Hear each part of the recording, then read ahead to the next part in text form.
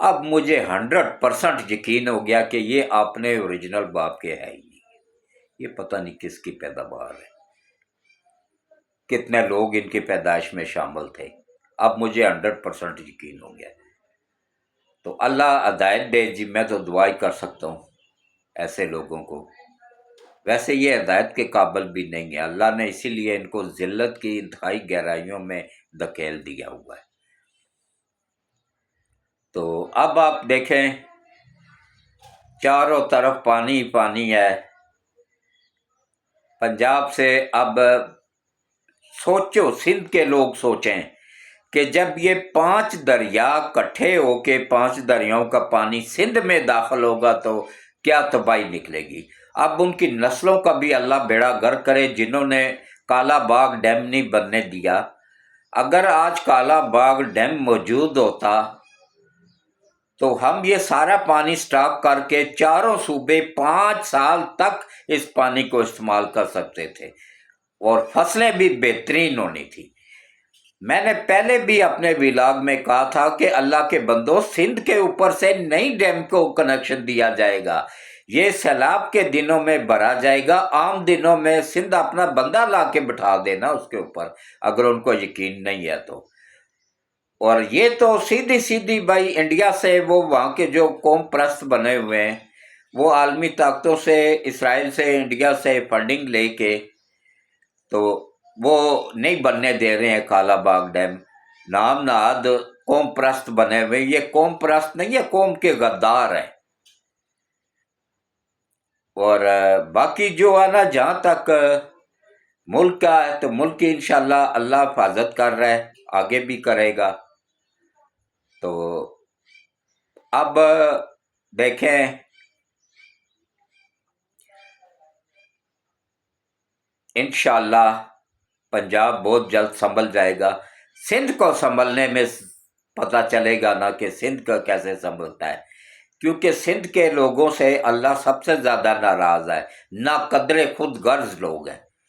بھائی سندھی مت بنو، بلوچ مت بنو، پٹھان مت بنو، پنجابی مت بنو، ایک پاکستانی بنو۔ جب پاکستانی بن کے سوچو گے نا تو چاروں صوبے اپنے ہی ہیں، کوئی صوبہ غیر نہیں ہے۔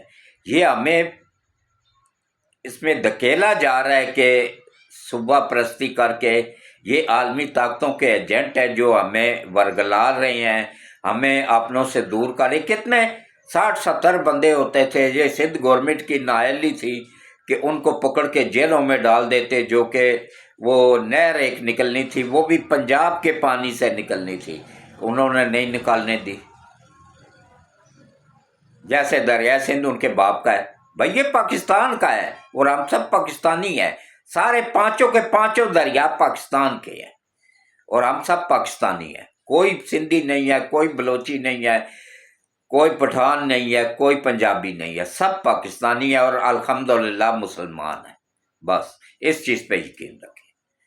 تو جب آپ ایک بن کے سوچیں گے نا، مسلمان بن کے سوچیں گے، پاکستانی بن کے سوچیں گے، تو پھر کالا باغ ڈیم سمیت بہت سارے ڈیم بن جائیں گے انشاءاللہ۔ اب آپ آ جائیں جناب کہ عمران خان کو کون سی بیماری لگی ہے۔ عمران خان کو جناب وہ بیماری لگی ہے جو کہ اللہ کی طرف سے ایک عذاب ہوتا ہے انسان کے اوپر، وہ اس کا پوری دنیا میں کوئی علاج ہی نہیں ہے۔ یہ اللہ نے ان لوگوں کو لگانی ہوتی ہے جو کہ عورتوں کو چھوڑ کے مردوں کے ساتھ ہم جنس پرستی کرتے ہیں۔ اللہ محفوظ رکھے اور اللہ پوری دنیا کے مسلمانوں کو اس مرض سے محفوظ رکھے اور ان حرکتوں سے۔ یہ ایک سزا کے طور پہ اللہ نے بیماری لگائی ہے، یہ مشرف کو بھی تھی، مشرف بھی ہم جنس پرست تھا نا، اس کو بھی تھی۔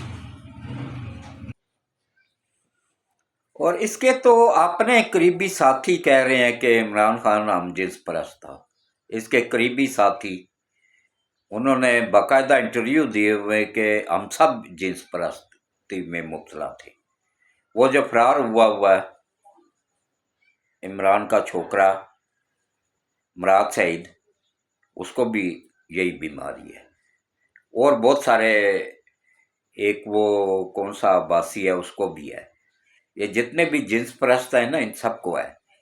اور یہ جو وہ ہے نا یہ خسرے، ہماری زبان میں تو خسرے ہی کہتے ہیں، پنجابی میں تو اجڑے اردو میں کہتے ہیں، ان سب کو ہوتی ہے۔ اور جو ان کے پاس جاتا ہے نا وہ بھی آٹومیٹک اس بیماری میں لگ جاتا ہے، یا جو مرد دوسرے مرد کے ساتھ ایسا کرتا ہے اس کو بھی لگ جاتی ہے۔ اللہ ہم سب کو محفوظ رکھے، اور اللہ ہم سب کو پانچوں وقت نماز پڑھنے، قرآن پڑھنے کی توفیق دے، اور اللہ تعالی ہم سب کی حفاظت فرمائے، ہمارے ملک کی حفاظت فرمائے۔ اللہ حافظ۔